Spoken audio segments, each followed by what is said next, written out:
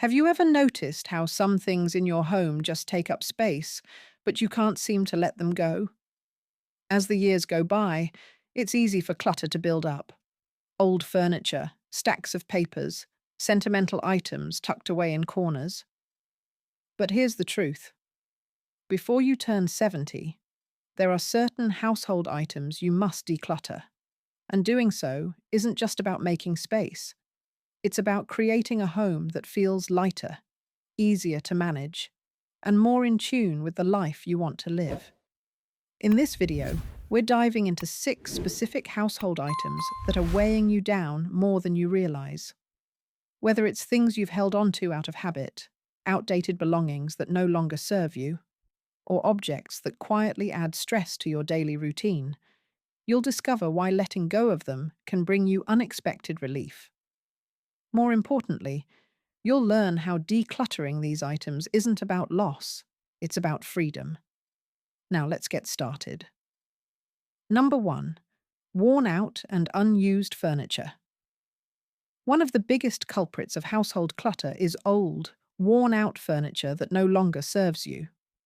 Over the years, it's easy to accumulate extra chairs, tables, and cabinets, pieces that might have been useful at one point, but now sit unused, taking up valuable space. And the truth is, holding on to furniture that is no longer functional or comfortable isn't just a physical burden. It can also create unnecessary stress. Think about it. That bulky recliner in the corner that no one sits in, the oversized dining table that hasn't been used for a big family gathering in years, the dresser with sticky drawers that frustrates you every time you try to open it. These things aren't adding to your life, they're just filling space. As you get older, having too much furniture can actually make your home harder to navigate, increasing the risk of bumping into things, tripping, or simply feeling overwhelmed by too much stuff. Take Frank, for example. He's 74 and has lived in the same house for decades. Over the years, he collected furniture, some inherited, some purchased, some given to him by friends. At one point, his home felt cozy. But as time went on, he started to notice something. Moving around his house became more difficult, cleaning took longer, and certain rooms felt more like storage spaces than places to relax. It wasn't until his daughter visited and casually pointed out that he had 5 chairs in his living room, only 2 of which were ever used, that he realized it was time to make a change. So he did something bold. He started with one room, choosing to let go of the items that no longer served a real purpose. The broken chair with the wobbly leg. Gone. The massive coffee table that made walking through the room a hassle. Out the door. And as he cleared each piece, he felt something unexpected. Relief. His home felt more open, more inviting, and most importantly, easier to live in. That's the thing about furniture. When it's useful, it enhances your life. But when it becomes nothing more than extra weight, it quietly drains your energy and makes your space feel cluttered. You don't need a house packed with furniture to make it feel like home. In fact, the less you have, the more you appreciate what remains. If you're holding on to furniture that's no longer serving you, ask yourself, when was the last time I actually used this? If you have to think about it, chances are it's time to let it go, because a home that's easy to move through, clean, and truly enjoy is far more valuable than any unused chair or table taking up space. Number 2. Clothes you never wear. At some point, we all hold on to clothing we no longer wear. Maybe it's a suit that hasn't fit in years, a dress you bought for a special occasion decades ago, or a pile of old t-shirts that sit untouched in your drawers. Whatever the case, before you turn 70, it's time to take a hard look at your wardrobe and ask yourself, do I really need all of this? Because the truth is, having a closet full of clothes you don't wear isn't just taking up space. It's adding unnecessary clutter to your life. Clothing has a way of holding memories. That jacket you wore to an important event, Those jeans you used to love but haven't worn in years. Even those old shoes sitting at the bottom of your closet. You might not think about them much, but they're still there, quietly occupying space. For many people, getting rid of old clothes feels like letting go of the past. But here's something to consider. Your closet should reflect who you are today, not who you used to be. Take Linda, for example. At 72, she had a closet packed with clothes, but she only wore a handful of items regularly. She had dresses from the 80s, jackets she hadn't touched in decades, and shoes that looked nice but hurt her feet every time she tried to wear them. Every morning, she'd stand in front of her closet, feeling frustrated by the sheer number of choices, most of which weren't even practical anymore. One day, she decided to make a change.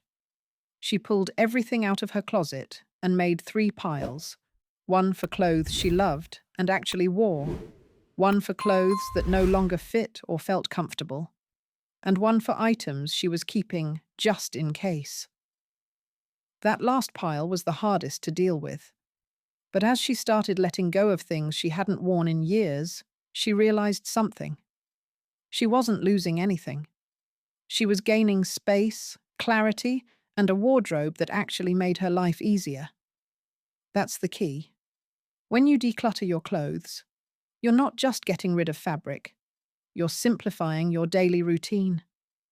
You make it easier to get dressed in the morning, easier to find what you actually enjoy wearing, and easier to move through life without unnecessary baggage. And the best part? Someone else could be using those clothes.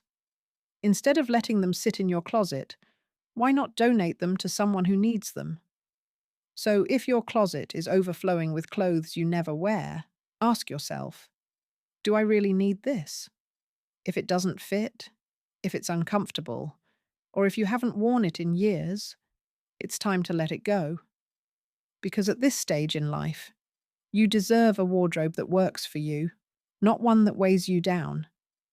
If you're still watching this video and finding these insights valuable, please comment number 2 below to let me know you're here. And if you haven't subscribed yet, I recommend you subscribe and turn on the bell so you don't miss any videos. Now let's move forward. Number 3. Expired medications and old toiletries. Number 3. Expired medications and old toiletries. One of the most overlooked forms of household clutter is likely sitting quietly in your bathroom cabinet right now. Expired medications and old toiletries. These items tend to pile up without us even realizing it. Maybe it's a bottle of pain relievers from years ago, half-used prescription medications you never finished, or skincare products you bought but never really liked. Before you know it, your drawers and cabinets are full of things you don't use, and worse, some of them could even be unsafe. Medications expire for a reason. Over time, their effectiveness weakens, and in some cases, they can even become harmful. Holding on to old prescriptions, just in case, might seem harmless. But the truth is, if you ever need that medication again, you should be consulting your doctor for a fresh, up-to-date prescription that's right for your current health needs. Yet so many of us keep these bottles tucked away, not realizing they serve no real purpose anymore, except to take up space and add unnecessary risk. Toiletries aren't any different. That old bottle of lotion you haven't used in years, the sunscreen from who knows when, the perfume you stopped wearing a decade ago, all of them have an expiration date. Many people don't realize that skincare products and cosmetics break down over time, and using them past their prime can lead to skin irritation or infections. Still, we hold on to them, thinking we might use them someday. But let's be honest. If you haven't used it in months or years, you're probably never going to. Take Robert, for example. At 75, he takes pride in keeping his home organized. But one day, while looking for a bandage, he opened his medicine cabinet and realized it was packed with bottles and boxes he hadn't touched in years, expired painkillers, half-used tubes of antibiotic cream, and even prescriptions for health issues he no longer had. It was all just sitting there, forgotten. When he finally took the time to sort through it, he was shocked at how much he had been keeping just in case. And as he cleared it out, he felt a huge sense of relief, knowing everything left was fresh, safe, and actually useful. Number 4. Old papers, documents, and unused mail, the most common, yet easiest to ignore, forms of clutter is paper. Over the years, it sneaks into our homes and piles up on tables, fills drawers, stuffs folders, and even gets tucked away in boxes, all just in case. From outdated bills and expired warranties to instruction manuals for appliances you no longer own, the amount of unnecessary paperwork in most homes is staggering. Before you turn 70, it's time to take control of it. Paper clutter isn't just about taking up space. It can actually cause stress. Think about how frustrating it is when you're searching for an important document and have to dig through stacks of outdated papers. Or how overwhelming it feels when unopened mail piles up on the counter, making you feel like you're constantly behind on something. The truth is, most of the papers we keep are no longer necessary, and letting them go can bring an incredible sense of relief. That's the beauty of decluttering papers. You're not just making space in your home, you're making space in your mind. You're freeing yourself from the mental burden of seeing piles of unopened mail and stacks of outdated documents everywhere you turn. And the best part? With today's technology, most important records are available digitally. You don't need to keep physical copies of everything. So how do you start? Sort through your paperwork with a critical eye. Keep only what you truly need. Important legal documents, current insurance papers, essential warranties. Shred or recycle everything else. If it's something you can easily access online, let the physical copy go. Your future self will thank you every time you open a drawer and see only what matters. If it's something you haven't looked at in years, chances are you don't need it. Shred old bank statements and expired contracts. Recycle manuals for appliances you no longer own. Keep only the essential legal, financial, and medical documents, and organize them so they're easy to find when you really need them. And when it comes to mail, stop letting it pile up. Junk mail, toss it immediately. Bills, pay them, and file only what's necessary. Newsletters or magazines you never read? Cancel the subscriptions. The goal is simple. Only keep papers that truly serve a purpose, and let go of the rest. If you're still watching this video and finding these tips helpful, please comment number 4 below to let me know you're here. And if you haven't subscribed yet, I highly recommend you subscribe and turn on the bell so you don't miss any new videos. Your support helps us continue creating valuable content to inform and inspire you. Now, let's move forward. Number 5. Kitchen items you never use. The kitchen is often one of the most cluttered areas in a home. Over time, it's easy to collect items that serve no real purpose. Cabinets filled with mismatched containers, drawers stuffed with utensils you never use, and old pots and pans gathering dust. Before you turn 70, it's time to clear out the kitchen clutter that's making your space more chaotic than it needs to be. Many people keep kitchen items out of habit. Maybe it's a set of fancy dishes you've been saving for a special occasion that never comes, or small appliances you bought years ago but haven't touched since. Take George, for example. He's 76 and has lived in the same house for decades. Over the years, his kitchen filled up with gadgets and cookware he rarely used. There were blenders, food processors, and toasters that sat untouched. Plates and glasses stacked high in cabinets, and drawers crammed with tools he didn't even remember buying. Every time he needed something, he had to dig through clutter just to find it. One day, After knocking over a pile of unused baking sheets while searching for a pan, he realized enough was enough.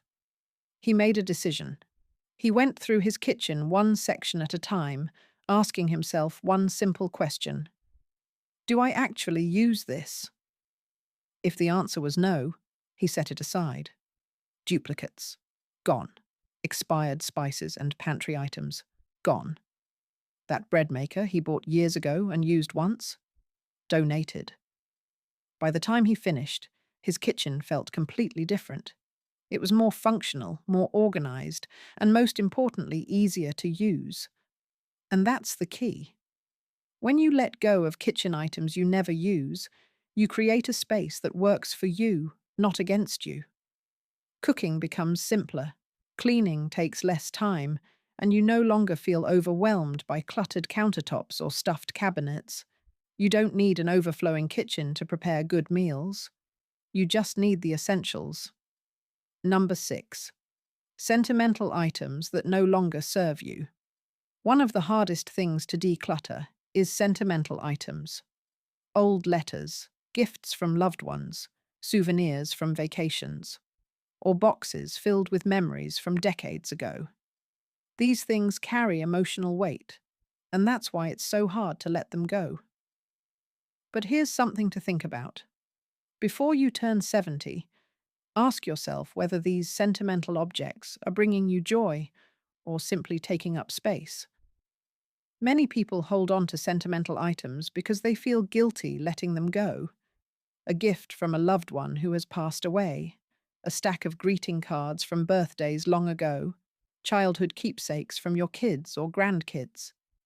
These things remind us of special moments, but when they start piling up, they can also become overwhelming. So if you're holding on to sentimental items that feel more like a burden than a blessing, take a moment to reflect. Do you need to keep every letter, every souvenir, every keepsake to remember the people and experiences that shaped you? Your thoughts are important to us, and reading your comments gives us great motivation and encouragement. If you enjoyed this video and found it helpful, please like, subscribe, and share. Your support helps us continue creating valuable content to help and inspire more people. Thanks for watching, and we look forward to seeing you in the next video.